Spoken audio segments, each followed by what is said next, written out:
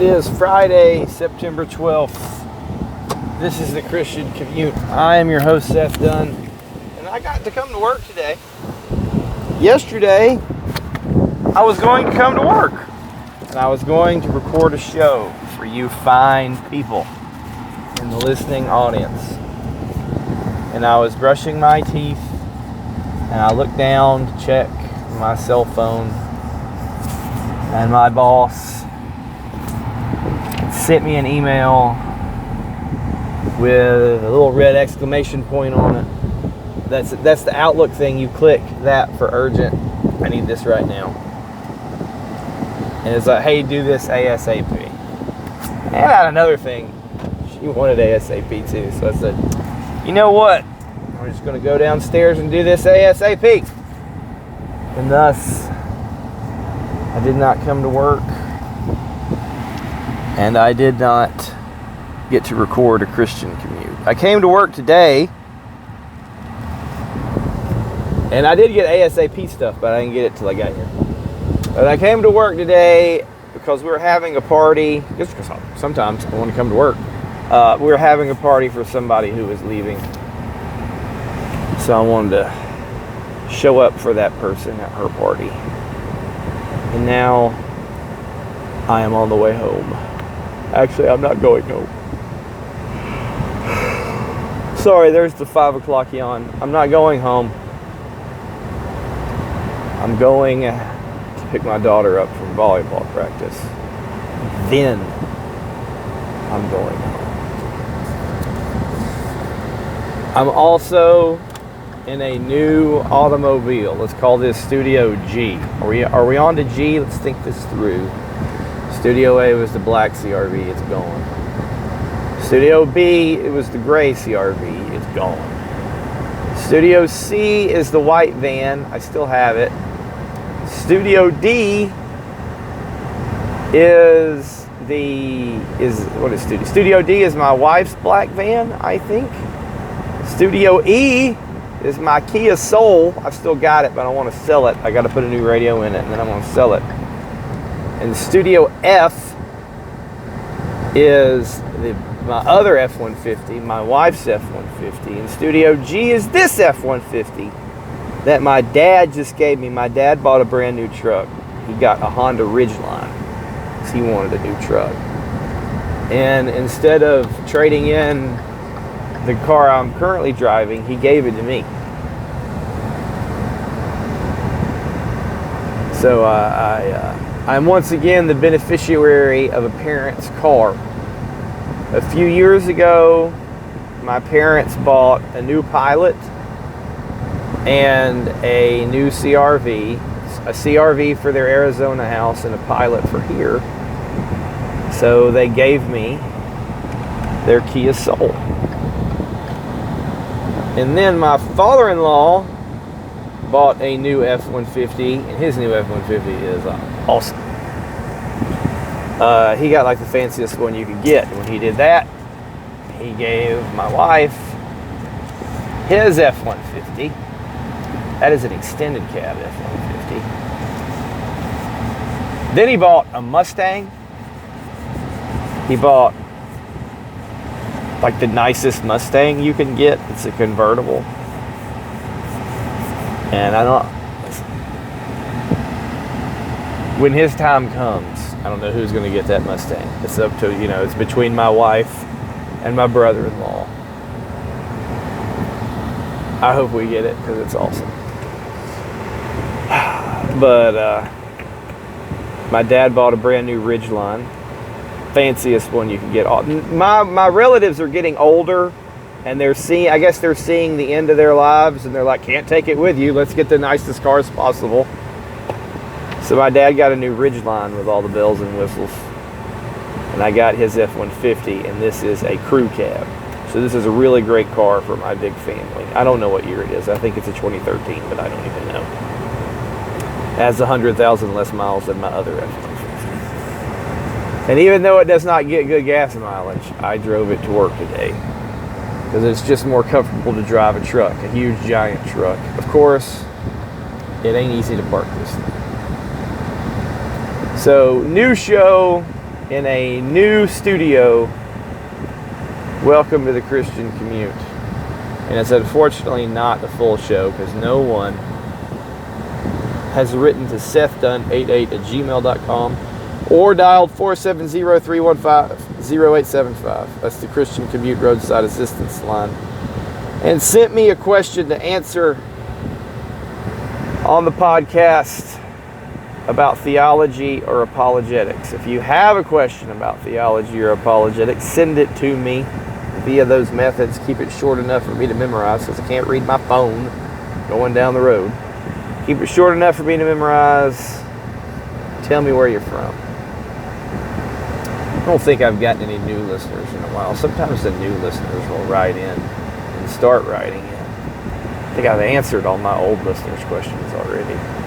But the reduced volume of shows, I'm not getting any new listeners. And I'm not really promoting the show much. I mean, I've got a Christian Commute Facebook group, and I used to post the new episodes in it.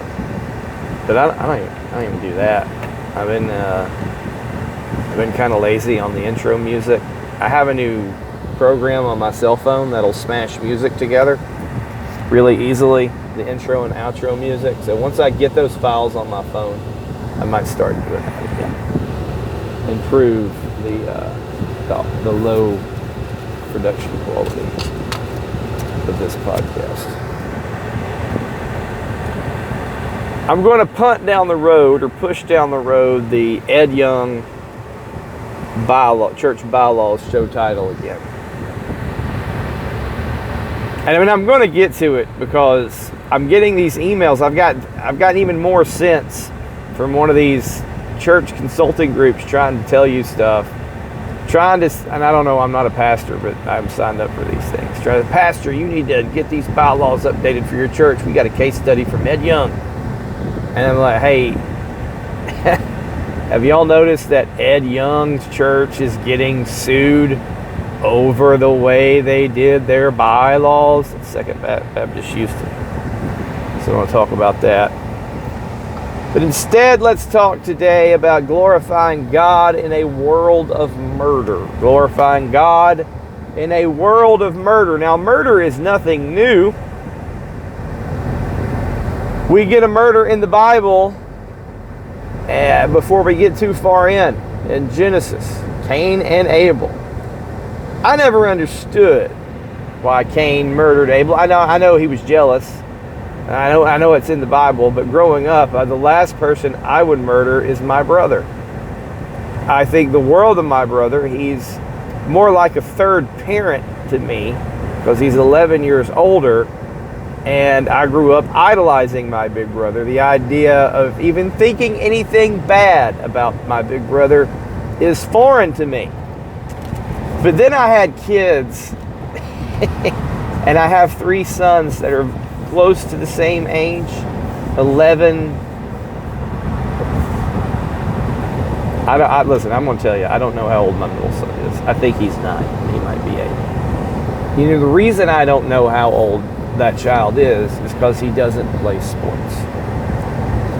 My oldest son is in 12U soccer, and he's going into 12U basketball. Or I wouldn't know how old he was, but I have to know what his birth year is to sign him up for sports and coaching. The younger son also plays ball. He's in 6U flag football and 8U soccer. So I know that he is 6. The other kid, he's 8 or 9. I'm pretty close. But if I leave them alone or in their rooms for any amount of time, they're screaming and yelling in anger. If I put them in the back seat of my car for any amount of time, there is an argument. And then I'm like, okay, now I get Cain and Abel because these kids are at each other's throat all the time. But sorry, that was a rabbit. I got time for a rabbit trail. Glorifying God in a world of murder. We have some very, I don't want to say newsworthy or prominent or high profile, but just a lot of all murder is tragic. How do I say this? Charlie Kirk was assassinated and that girl was stabbed on the light rail train in Charlotte. And these murders were not like somebody is trying to rob somebody or somebody is jealous. It's just hateful. And I guess that's what I'm going to talk about. But I need to stop. You know why? Because I haven't got to the Bible chapter review yet. Today's Bible chapter review comes from Luke chapter 9, verses 28 through 32. Luke chapter 9, verses 28 through 32. We're getting to the transfiguration. So Jesus has just told the disciples, who do you say that, or asked them, I guess, who do you say I am? Who do people say that I am? The disciples say, well, they think you're all these wrong answers, but you're the Messiah. And Jesus says, that's right, I am. And I must suffer and be handed over to the scribes and Pharisees to be crucified, and then I'm going to resurrect. So that's the last thing Jesus has said. And we start off in verse 28. Some 8 days after these sayings, he took along Peter and John and James and went up on the mountain to pray. And while he was praying, the appearance of his face became different, and his clothing became white and gleaming. And behold, two men were talking with him. And they were Moses and Elijah, who appearing in glory were speaking of his departure, which he was to accomplish in Jerusalem. Now Peter and his companions had been overcome with sleep. But when they were fully awake, they saw his glory and the two men standing with him. So you'll remember on the last episode, I talked about the kingdom of God being witnessed by the men who were there before they died. And I said, he's not talking about the final eschaton when he returns. He's referring to the transfiguration, which is right about to happen. You're going to see him in glory, transfigured, and the resurrection, which is the inbreaking of the kingdom as he's defeated death. And that's what's going on here. The transfiguration. And what are they discussing during the transfiguration? His resurrection. So Jesus' glory is appearing here. We're going to see God the Father come into play later on this Mount of Transfiguration, and all of a sudden Moses and Elijah are with him. Now we know Moses is a type of Christ, just like Joshua was a type of Christ. Moses is a deliverer of his people and a judge of the nation. We have Elijah as a prophet, perhaps the most prominent prophet of all in the Jewish mind in the Old Testament, who was taken up to heaven in chariots of fire, coming, and they are having a conversation with Jesus about what is about to be accomplished in Jerusalem, that being his crucifixion. Notice, accomplished. He's talking about his departure being accomplished. I should have looked up the Greek that's getting translated accomplished there. But did anybody ever get crucified before and they think, well, there's a real achiever, they've accomplished something? But no, Jesus did accomplish something on the cross. And that is reconciling us. He's fulfilling his mission on the cross. Then he's going to rise again and go to heaven to be at the right hand of the Father, but he rises bodily first. Now I want you to understand that the readers of this passage or of this book, this passage, but of the Gospel of Luke, they already know how it ends. Because they already had the oral tradition. They already have, most likely, Mark and Matthew in some form. And when Luke writes Luke, he says, hey, yo, Theophilus, others have put an account together, and I'm putting together an account too. It's an account of Jesus' life. They may not know some of the details, they may not know some of his teachings, but it's very widely known and understood that he was crucified in Rome. So the disciples are just learning this within the story, but the reader already knows this. So remember when the Star Wars prequels came out? Not very good movies. And Darth Vader is still Anakin Skywalker, and he's a fresh-faced little heroic kid. Remember that? And Qui-Gon Jinn frees him from slavery, and he saves Naboo. And he's a hero. And you remember in the second prequel movie where he falls in love with Princess Amidala, or Queen Amidala, or whoever she is, Padme, and they get married, and they're starting a family. So nice. But everybody already knows he's going to turn into Darth Vader. He's going to betray the Jedi and become a bad guy who kills a bunch of people and blows up planets. It's nice to see him doing all these nice things. And you can throw in the Clone Wars TV series where he's leading a clone army to fight the Separatists. No matter what Anakin does, these are interesting stories, but we already know the end. We already know what happens to him. And by the way, Anakin is the chosen one, right? Okay, so here's Jesus, who is the Messiah. He is the chosen one, in not a fictional sense, but in a very real sense. We already know what happened to him. We're reading this story, but we already know. Remember, the disciples didn't. So here we see what you might call attestation of Jesus. Remember when he was baptized and he was attested by the Father, this is my Son in whom I'm well pleased. He's attested to here in his glory. Some might say his true form. As his clothes are changing white and he's gleaming and he's radiant. His face looks different because he's holy and pure. He's attested to by Moses and Elijah, this great judge and this great prophet. And we're going to see as we move on to the rest of the text, Lord willing, Tuesday, he's attested to by God the Father, who's also going to appear. But he's not going to appear in a body because God the Father doesn't have a body. God is spirit. So he appears in a cloud. And we'll get to that when we get to that. And we'll see the reactions of Peter, James, and John, who had been taken with him to witness the transfiguration. And they were asleep. They were up there sleeping. And they woke up and they're like, whoa, now we're seeing the glory.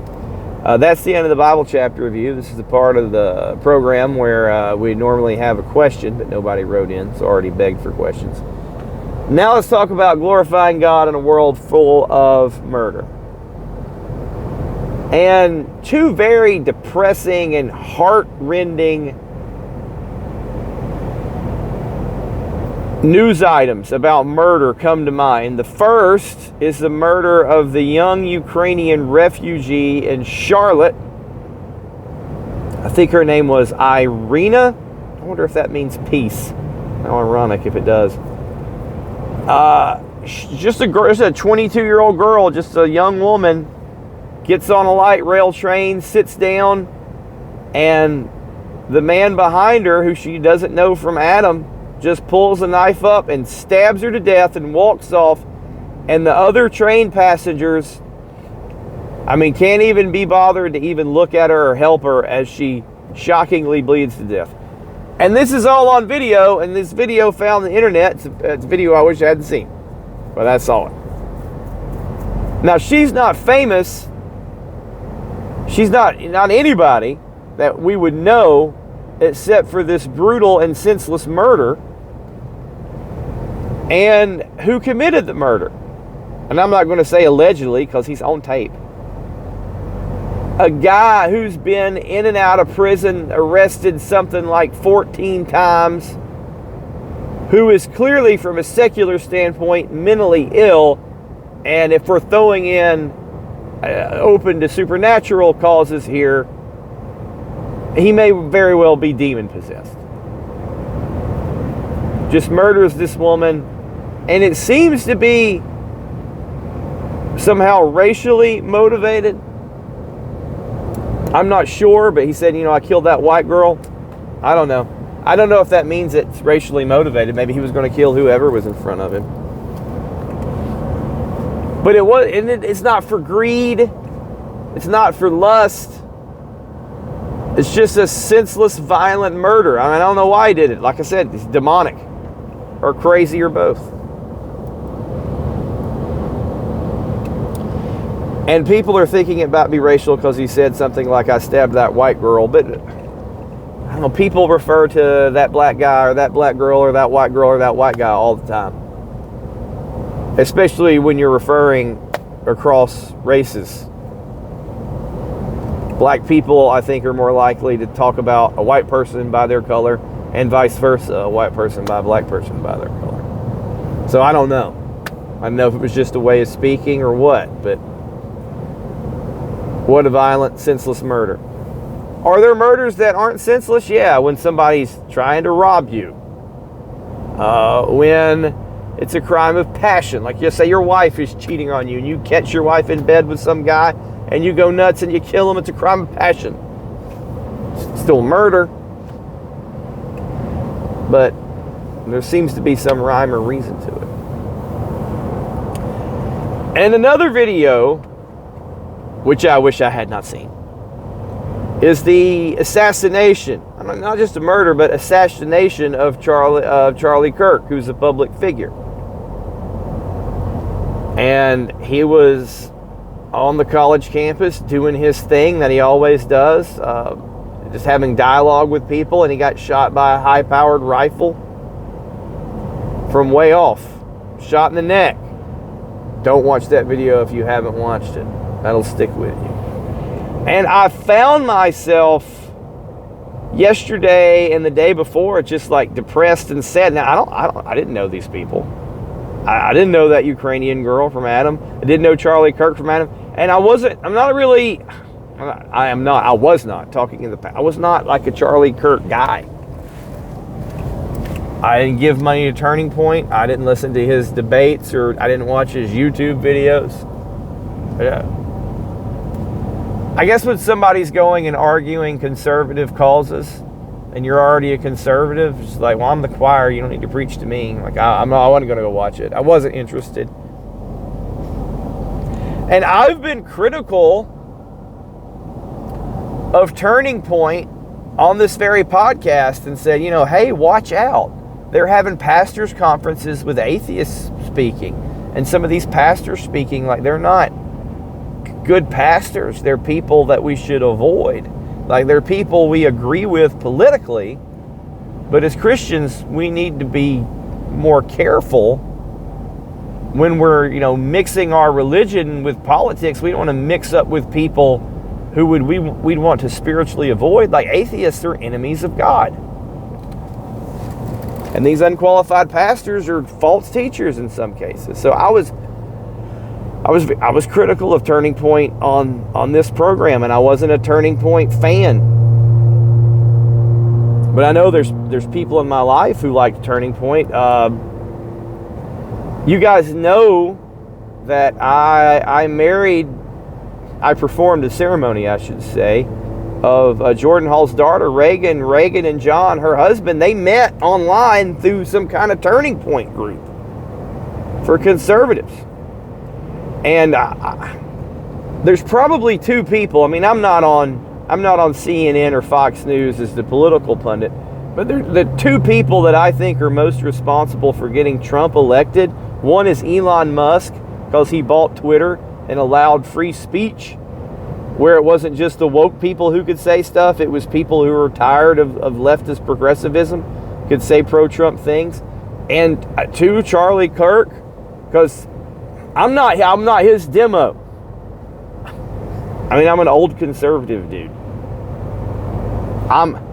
My age really hit me today. We were having a pizza party, and I learned that I am older than our HR lady.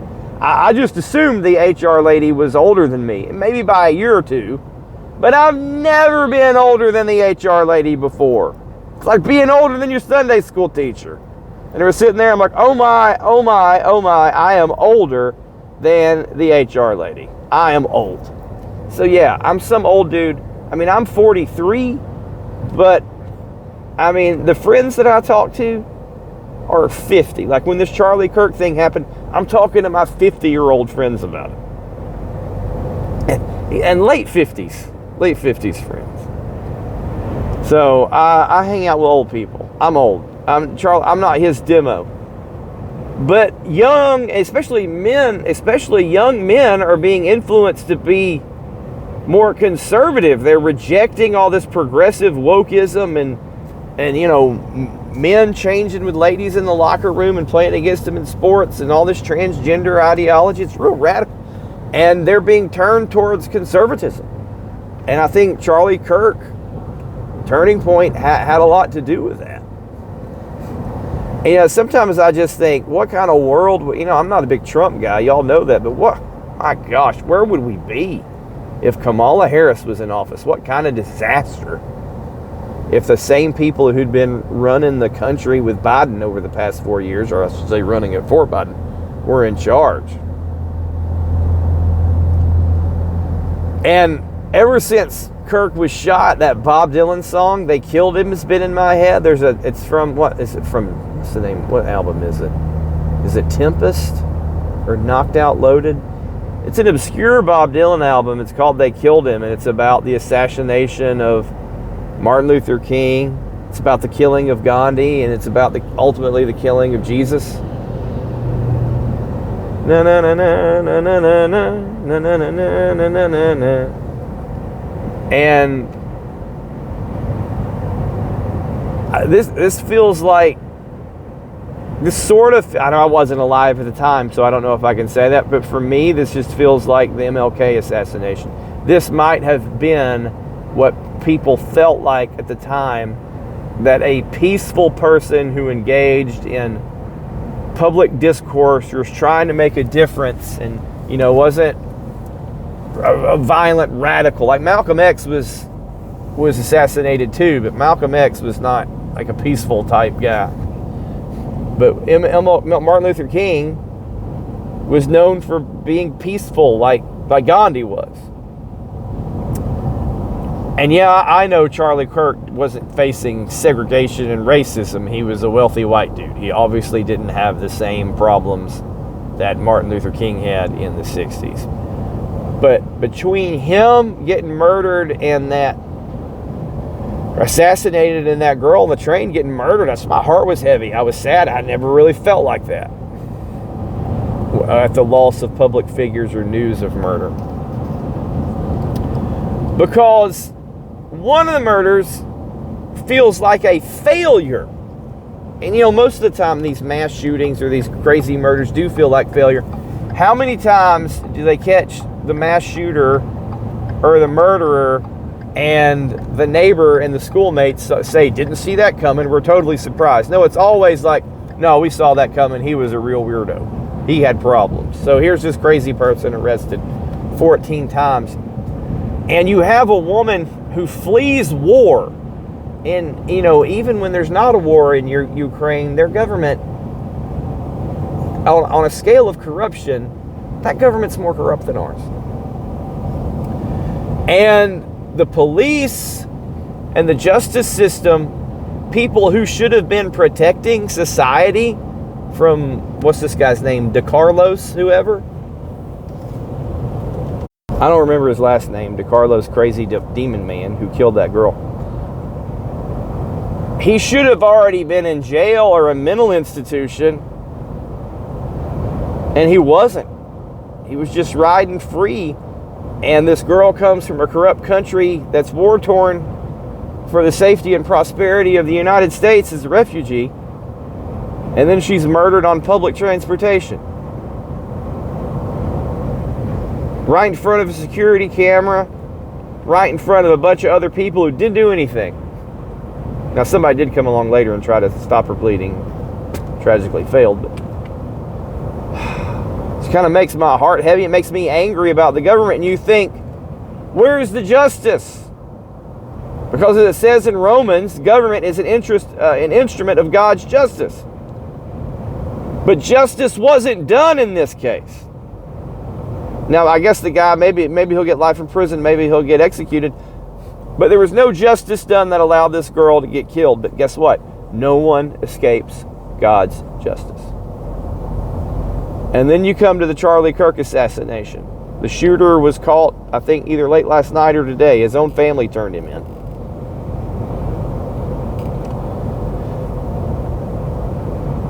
And this is just somebody being hateful. Somebody disagrees with me and has an influence, and I'm just going to shoot him.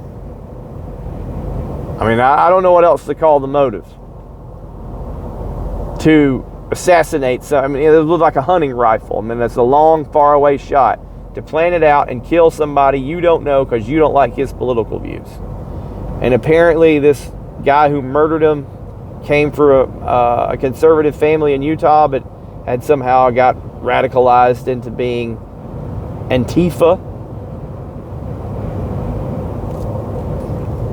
Now, I expect this person to be quickly tried, convicted, and executed. I don't know how fast they'll execute him, but remember Timothy McVeigh and the bombing of the Oklahoma City building?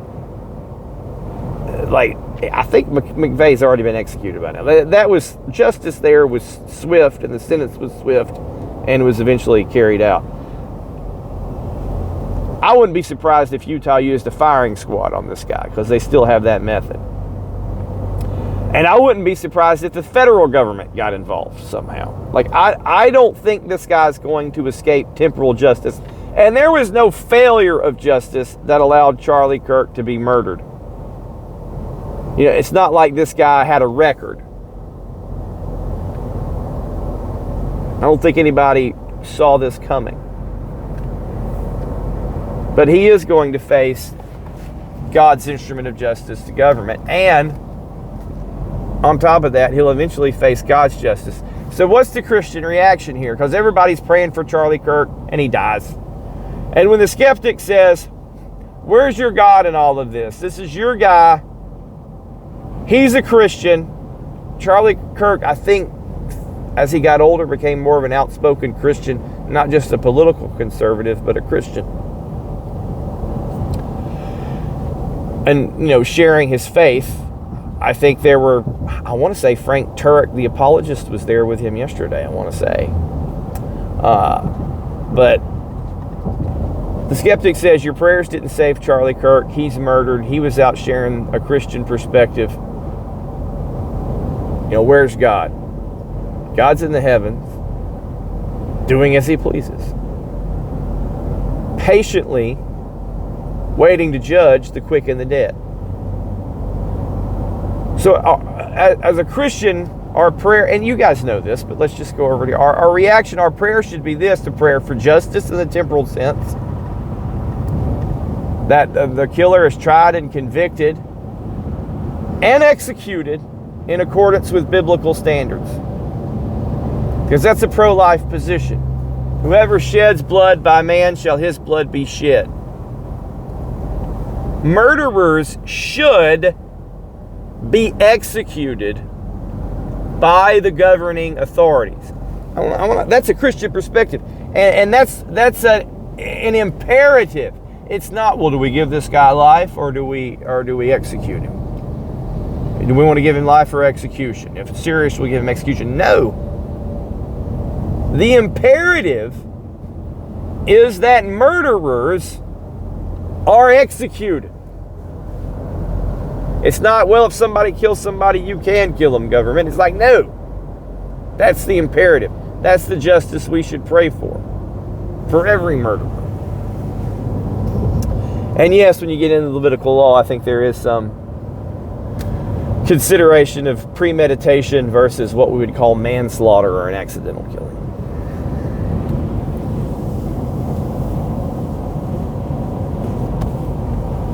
But what about the soul of this 22-year-old murderer?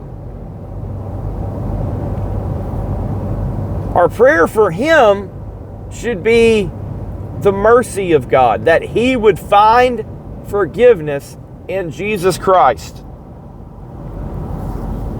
That he would repent of his sin, not just the murder of Charlie Kirk, but repent of his sin and let his public witness be, I was wrong and I throw myself upon the mercy of Christ. If you remember the movie Oh Brother, Where Art Thou, where George Clooney is an escaped convict with John Turturro, and I'm getting old so I can't remember the actor's name anymore. The guy who plays Delmar, he's the bad guy in the Red Hulk movie. Tim Blake Nelson. It takes a little longer now. Now that I'm older than the HR lady, I can't remember things anymore. So Tim Blake Nelson, John Turturro, and George Clooney are fugitives. And then